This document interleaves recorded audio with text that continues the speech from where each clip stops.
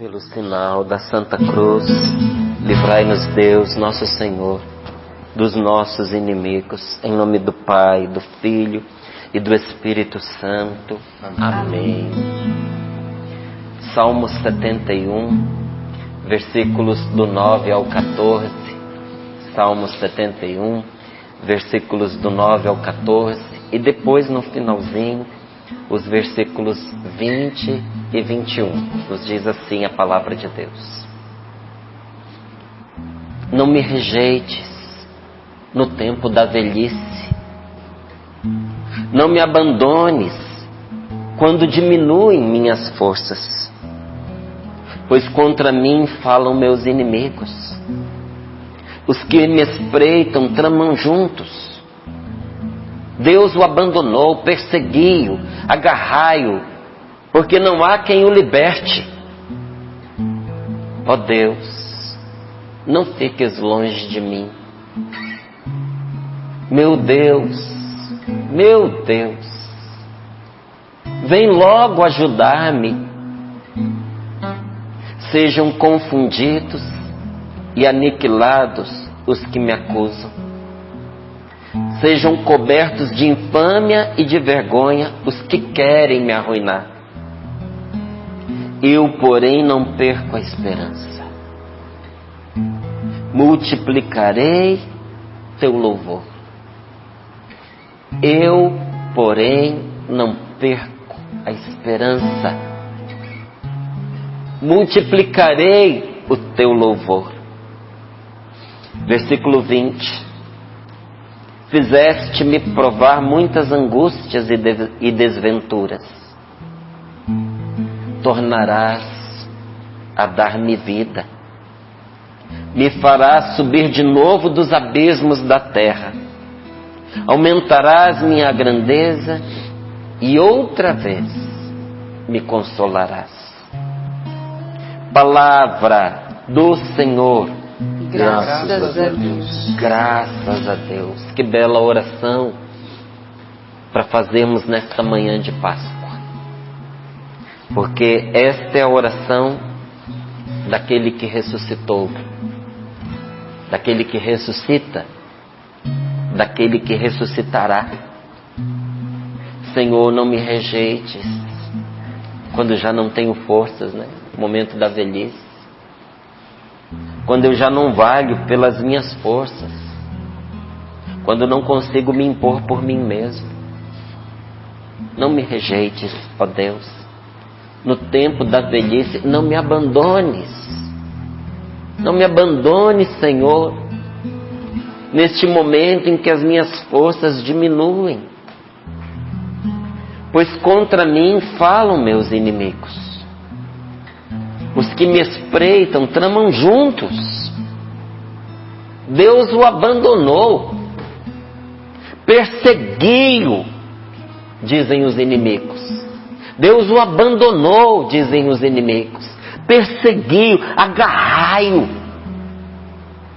Porque se Deus o abandonou, não há quem o liberte. Ó Deus, não fiques longe de mim. Vamos rezar, vamos pedir essa graça a Deus agora.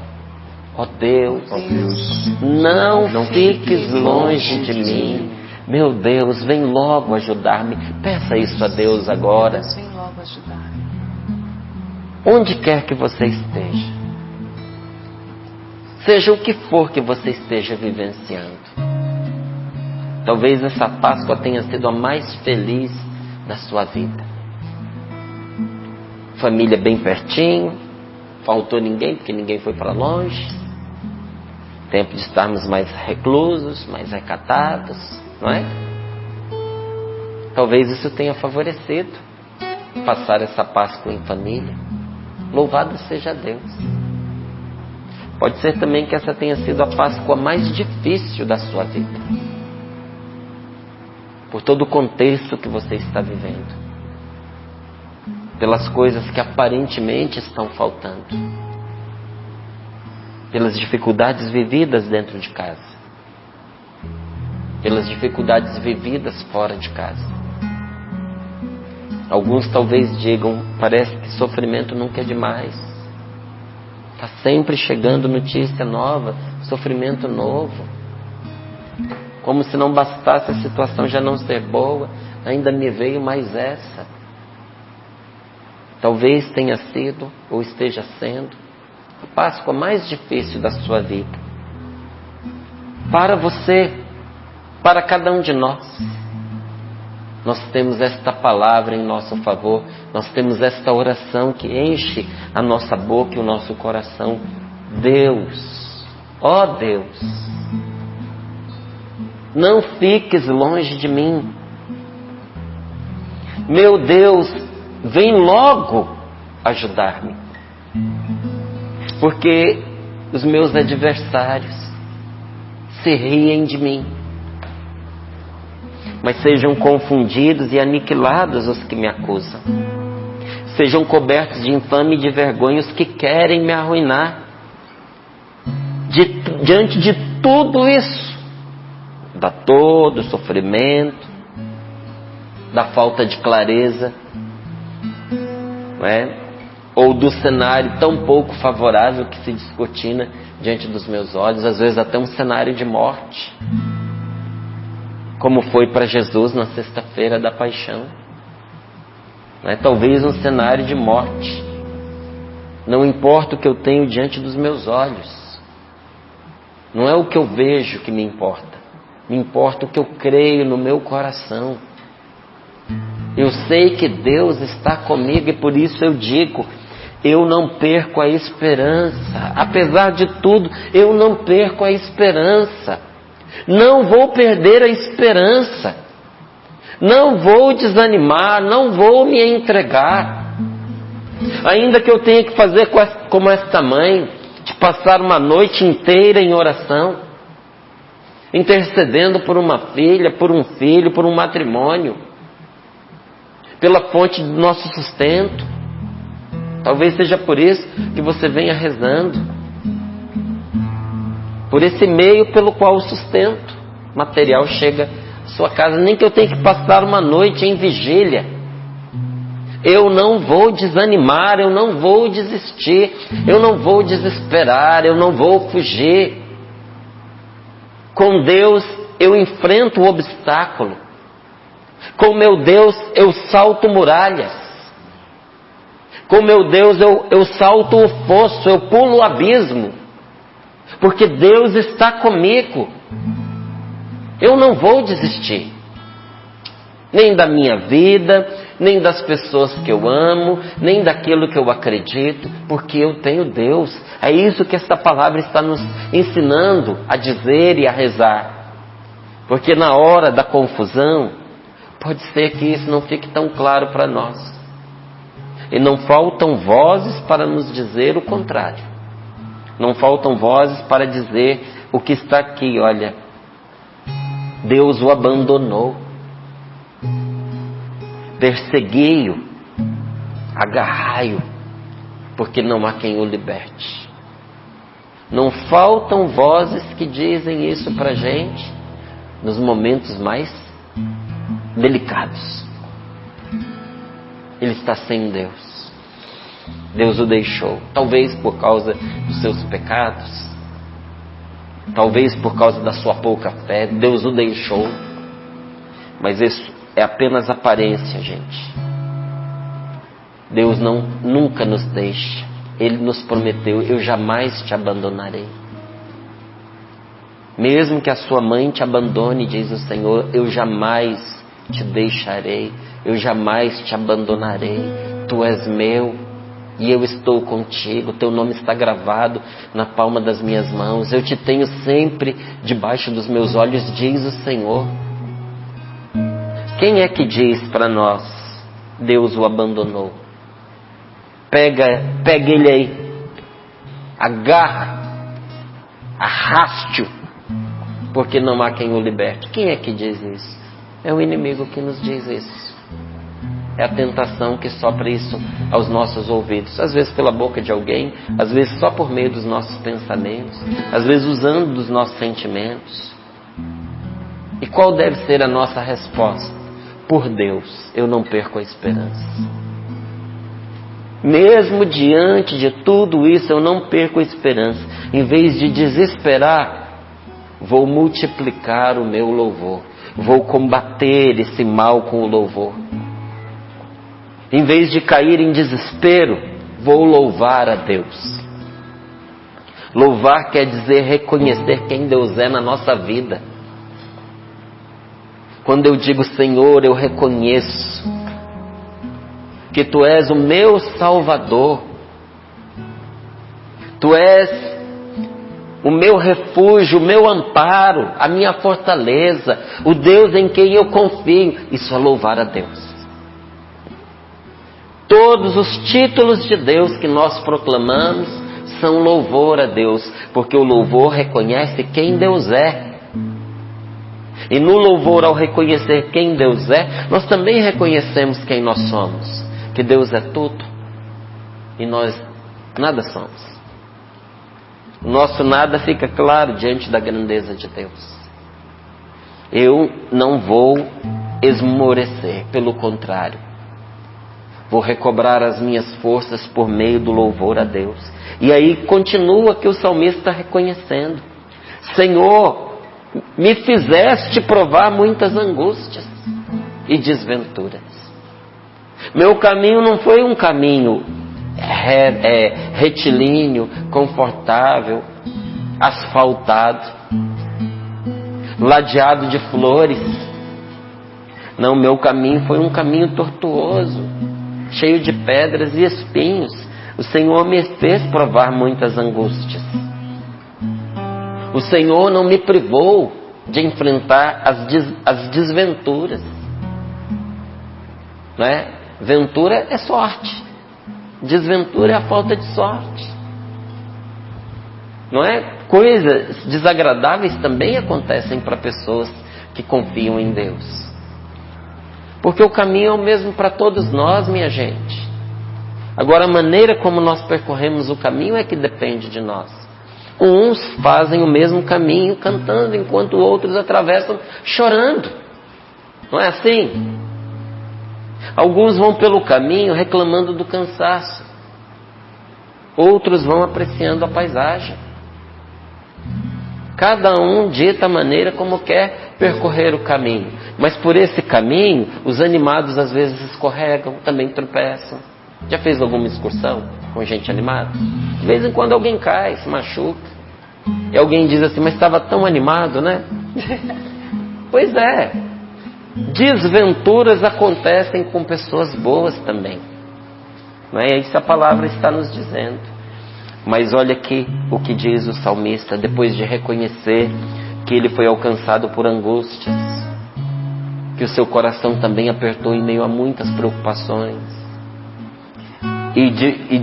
depois de constatar a falta de sorte, em muitos episódios da sua vida ele diz, o Senhor tornará a me dar a vida. Não vou ficar abatido para sempre. Não vou descer ao sepulcro e lá ficar. É a oração de Jesus. E olha aqui, ó, me fará subir de novo dos abismos da terra, do túmulo. Vou descer à sepultura, mas o Senhor me fará subir da sepultura, aumentará a minha grandeza. E outra vez me consolará, depois de ter descido até o túmulo, o que virá após isso vai aumentar a minha grandeza e outra vez me consolará. Gente, eu acho espetacular quando Isaías fala de Jesus, quando ele fala do servo sofredor. Porque ele mostra que o sofrimento é real, mas não a derrota. É uma derrota aparente, porque a situação ainda não havia terminado. E Isaías pega aqui a palavra na boca dos próprios inimigos do Cristo, do servo sofredor. E ele registra quando diz, no Isaías capítulo 53, diz assim, e a gente achava que ele era um castigado. Aqueles que olhavam de fora Jesus. A gente achava que ele era um castigado. Achava.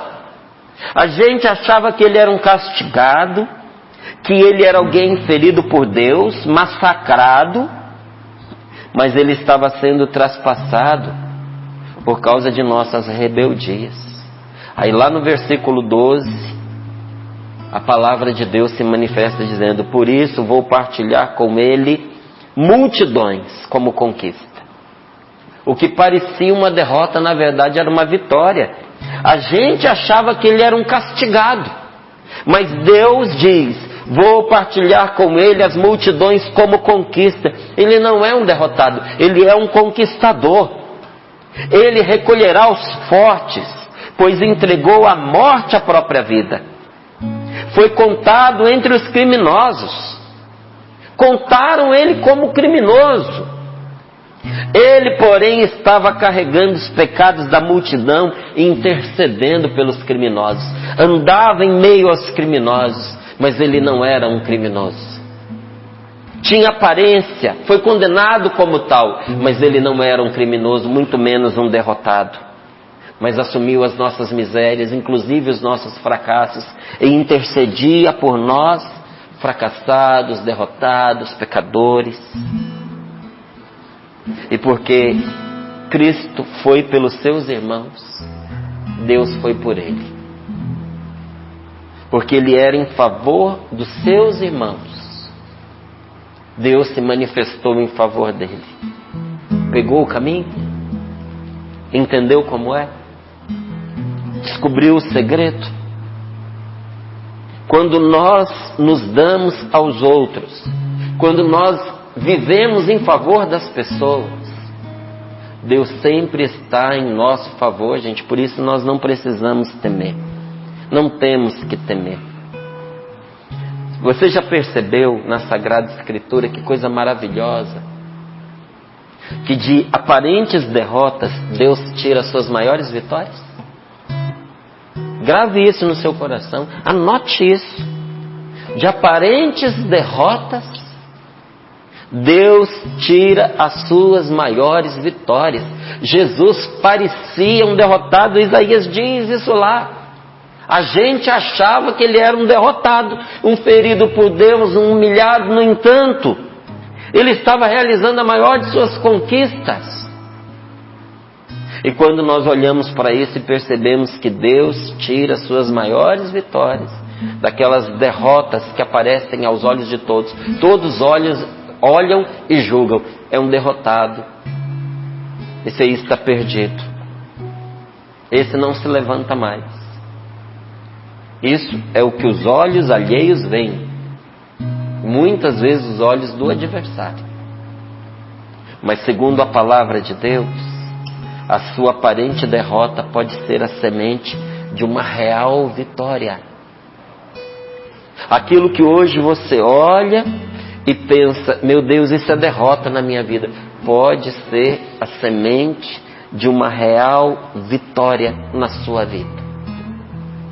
É por isso que nós não devemos nunca desesperar diante das coisas que nos acontecem. Porque aquilo que num começo parecia um mal, pode ser um grande livramento de Deus na nossa vida. Um grande livramento. Nós não sabemos do que nos livra o Senhor, não é? Por um inconveniente que nos acontece.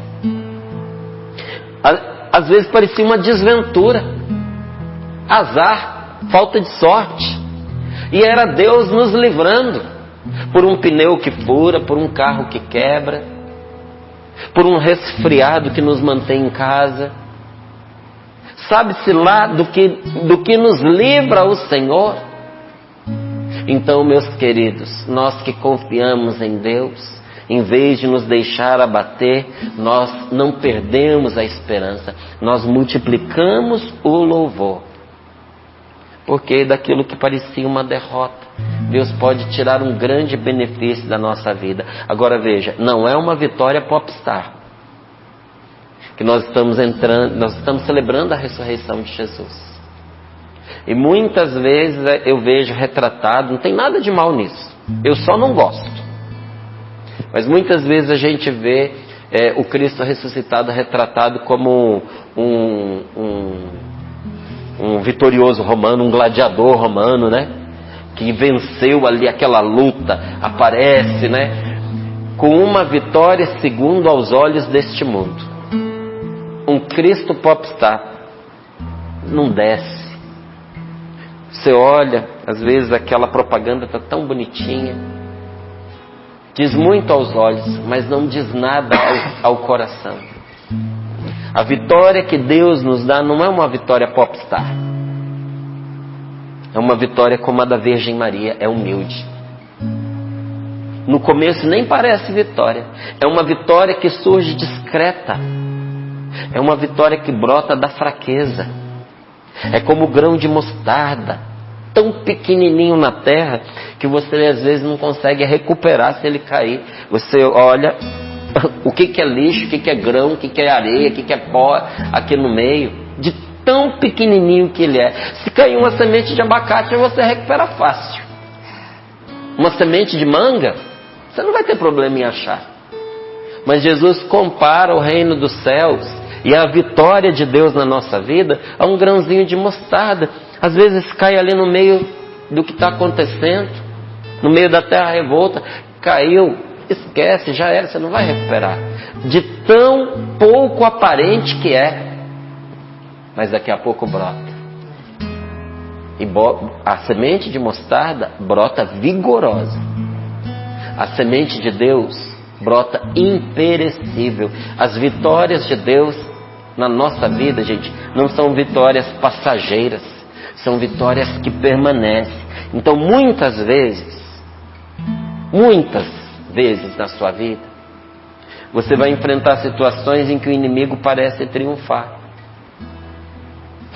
temporariamente, e Deus assim o permite.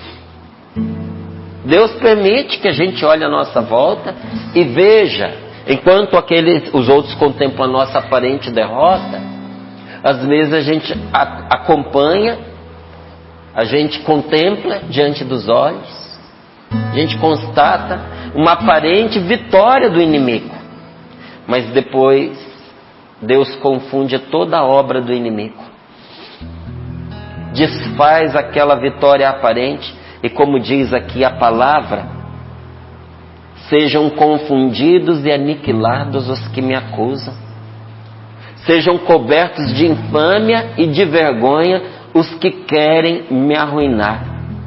No começo parecia que o mal estava vencendo, mas de repente, quando brota a vitória de Deus, a maldade entra em confusão. O que o inimigo parecia ter conquistado como vitória se desfaz diante dos nossos olhos. O mal não vai vencer, meus irmãos. Guarde isso no seu coração. O mal não vai vencer. Porque Deus é bom e Deus é Deus. E o grande bem, o sumo bem é Deus. O mal não tem a menor chance contra Deus. O mal vive de vitórias aparentes.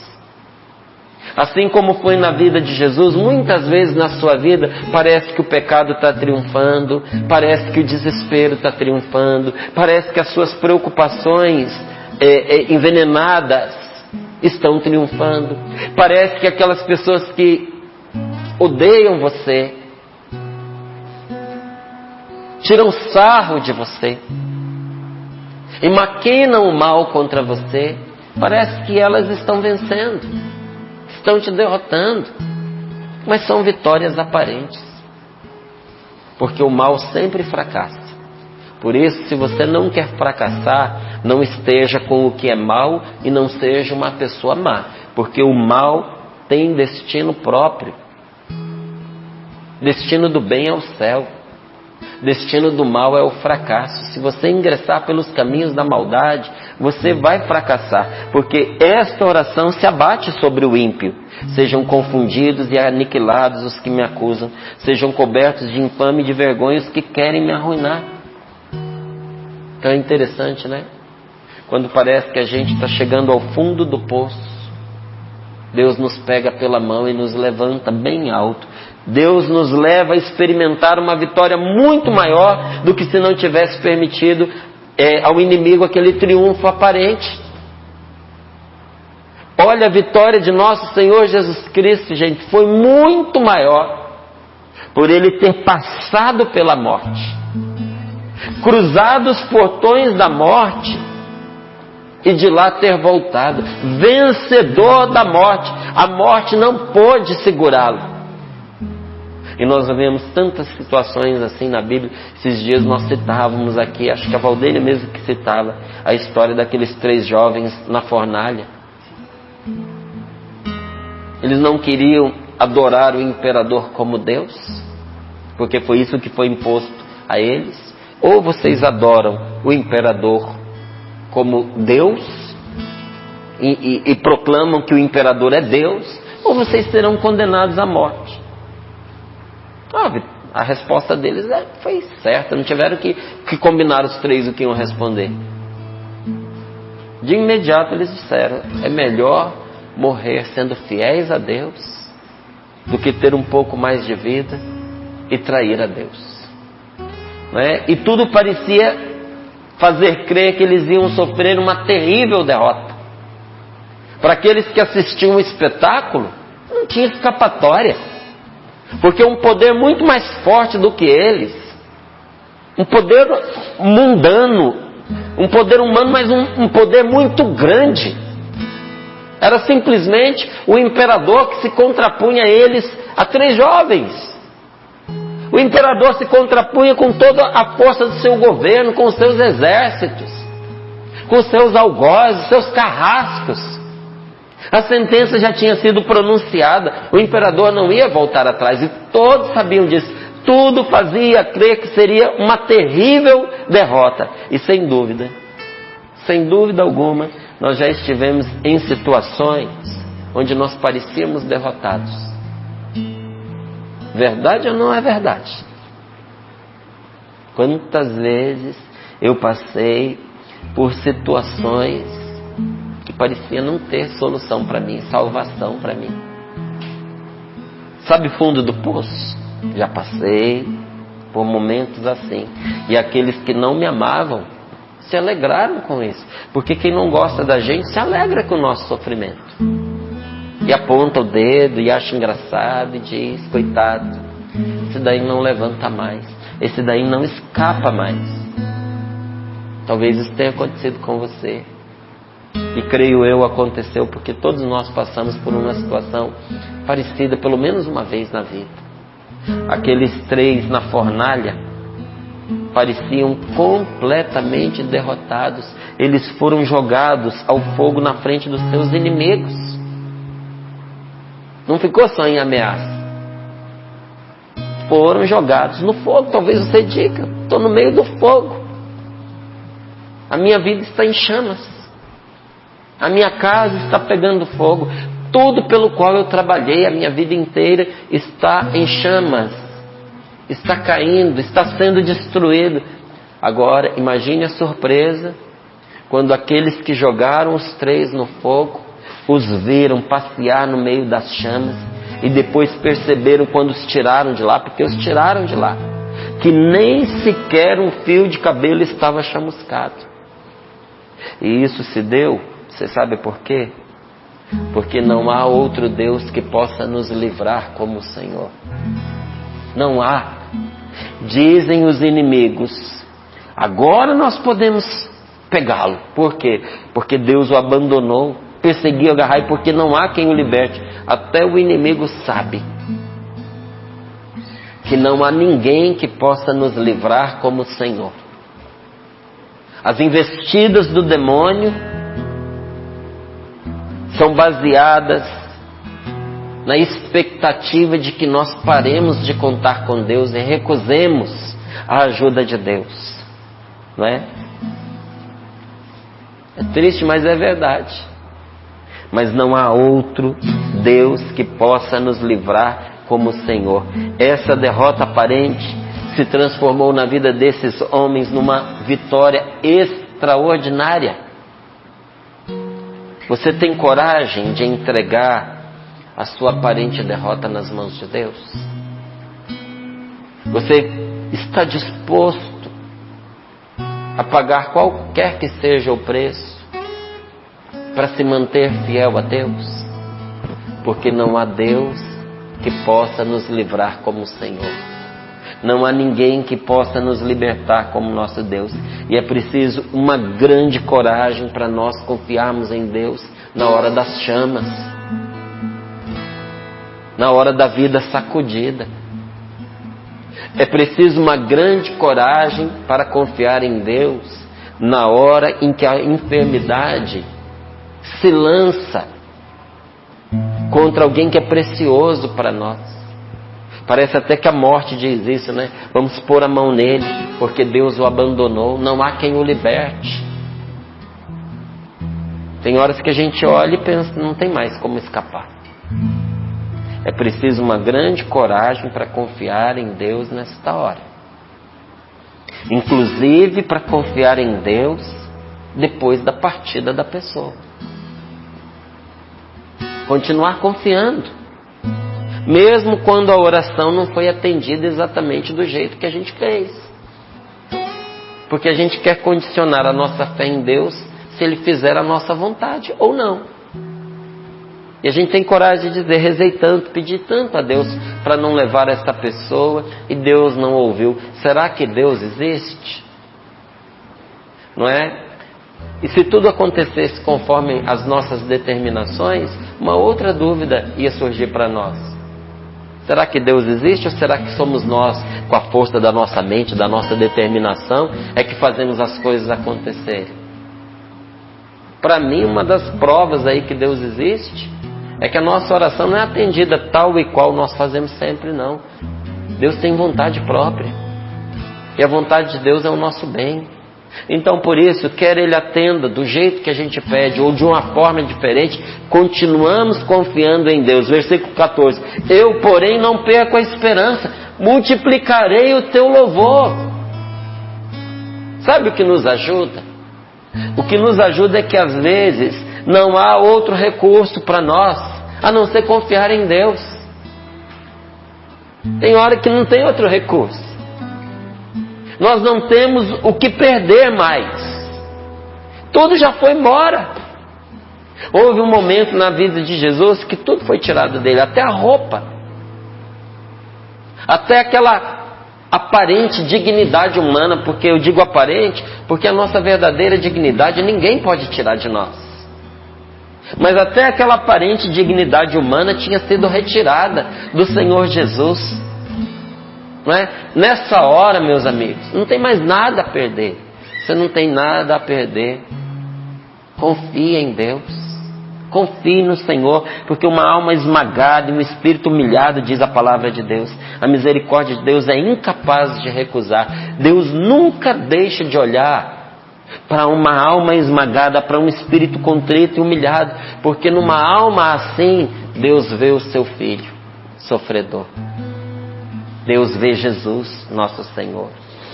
Então eu te faço um convite nesta manhã de graça, de glória, de compaixão, de misericórdia, porque a bondade de Deus se manifestou de forma gloriosa na ressurreição de Jesus Cristo, nosso Senhor. Eu te faço um convite, dê uma chance para Deus em sua vida. Dê uma chance para o Senhor. Em quem você tem apostado? Em quem você tem apostado dessa vez? Aposte em Deus. Nós passamos a vida apostando nas coisas. Vou apostar nessa resposta, vou apostar nesse caminho, vou apostar nesse curso, vou apostar nessa pessoa. A gente pode até não usar esse termo, mas a gente passa a vida apostando nas coisas, nas situações, nas pessoas. Aposte em Deus. O que é você apostar em Deus? É você postar nele a sua confiança. Poste em Deus a sua confiança. O que é você apostar em Deus? É você segui-lo de todo o coração, avançando com respeito, avançando no temor, buscando a sua face. Porque quanto mais íntimo eu sou de Deus, mais respeito, mais reverência, mais amor eu devo ter por Ele. E com isso a palavra de Deus nos dá uma garantia. Jamais haverá decepção para aqueles que confiam no Senhor. Jamais. Você confia em Deus? Jamais haverá decepção para aqueles que confiam em Ti, Senhor.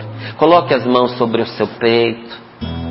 Se você pode, feche os seus olhos um pouquinho e peça ao Senhor: ó Senhor, não nos deixe decepcionados,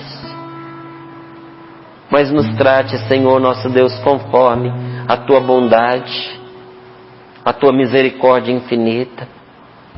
O Senhor, Pai amado, que pela força do Espírito Santo, pelo braço poderoso do Espírito Santo, levantou Jesus do seio da morte.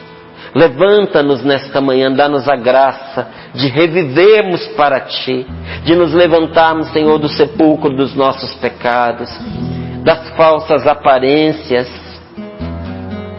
de tudo aquilo que nos aprisiona, até mesmo do nosso orgulho. Quantos de nós prisioneiros, Senhor, do nosso orgulho, coração endurecido, incapaz de retroceder no erro, porque é orgulhoso. Liberta-nos, Senhor, nesta manhã. Liberta-nos, Senhor, repetindo os Teus milagres. Como diz a Tua palavra: tornarás a dar-me vida, me farás subir de novo do abismo da terra, aumentarás minha grandeza e outra vez me consolarás. Senhor, repete os Teus milagres de outrora, glorifica o Teu nome, Senhor. Nós te pedimos ressurreição na nossa vida, porque se a ressurreição do corpo está guardada para o último dia, existe uma ressurreição que Jesus pode e quer nos dar agora. A ressurreição do seu coração, a ressurreição da sua alma. E todo aquele que crê vai experimentar agora essa ressurreição. Então, mais uma vez, pede ao Senhor: ó Deus, não fiques longe de mim. Não fiques longe de mim. Meu Deus, vem logo ajudar.